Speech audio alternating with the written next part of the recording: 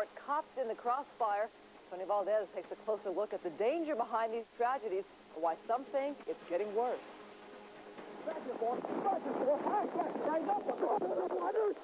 A man stopped in Ohio suddenly bolts. He and his brother blast away, then get away. He's got a gun. Put the gun down!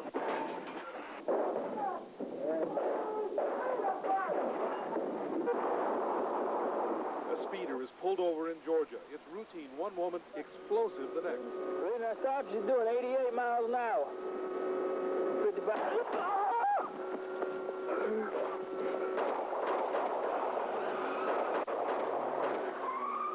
Radio, just been shot! His bulletproof vest saved him. The gunman turns out just days after Guida was buried, 4 Southern California officers were shot and wounded in one 16-hour period. And that's not just happening here.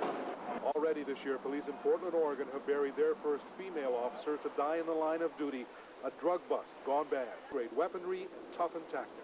Los Angeles County has the largest sheriff's department in the United States, and it's been profoundly affected by the sharp increase in violence directed against law enforcement officers. Last year, 10 deputies were shot. 2 of them died.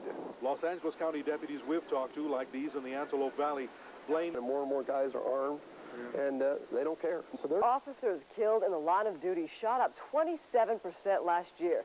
Some officers blame the 3 strikes law. Tonight in the Fox Undercover Report, Tony Valdez looks at cops in the crossfire and what officers across the country think should be done to save them. Police in pursuit, cornering their suspect, adrenaline pumping. Come on out or we're going to come on in after you. Not knowing what they face on the other side of that door. Get down on your feet. Get down on your feet. Mark's coming out of underneath the car and he's approaching Western. Or not knowing which turn a wild pursuit carjacking like this one will take.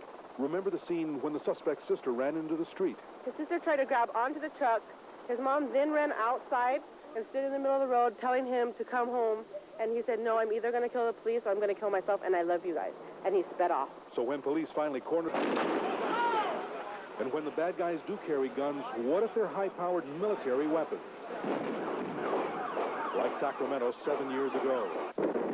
And, of course, North Hollywood just last February. With officer fatalities up alarmingly in the past year, wearing a badge takes more than just a readiness to protect and serve. It takes raw courage, razor-sharp training, and in the face of so much danger, a little luck. everybody as nice as you can the whole time. Treat them like $1 million, but in an instant, you got to be ready to kill them. But as for the 3 strikes you're outlaw slowly spreading nationwide, New Hampshire Captain Masar Ayub has a chilling warning. It may create a new generation of cornered rats, men who before would have been comfortable going back, doing a year in a place that to them is like a high school reunion for you or I, but are prepared to kill rather than go back to prison for life. That's the fear of many of the men and women wearing a badge in Southern California. These Los Angeles County deputy sheriffs in Palmdale are trying out a pilot program called Partners Against Crime. You're a parolee, aren't you? Okay, you're subject to search and seizure? Okay, that's what we're going to do. They're taking on the toughest neighborhoods by car, on foot, even on horseback, looking for trouble before it starts, wherever it starts, an abandoned building or on the streets. Where do you live at? On 30th Street. Who are you here to see today? These deputies who regularly work dark, dangerous neighborhoods take the risks seriously, always thinking about their own families. And my 4-year-old is just getting to the point to where she understands what I do. She asks about bad guys, you know, did any bad guys try and hurt Daddy tonight? He's been involved in 2 shootings. It's not pretty, but my mind frame is I'm going to do whatever I have to do to make sure I go home to my wife and my kids, because that is my #1 job as being a husband and a father. With all the violence out there now, it is not unusual to go through a police locker room and find a reminder like this one.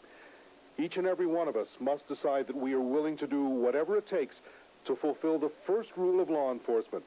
Make sure that when your shift is over, you go home alive. In Los Angeles, Tony Valdez, Fox 11 News.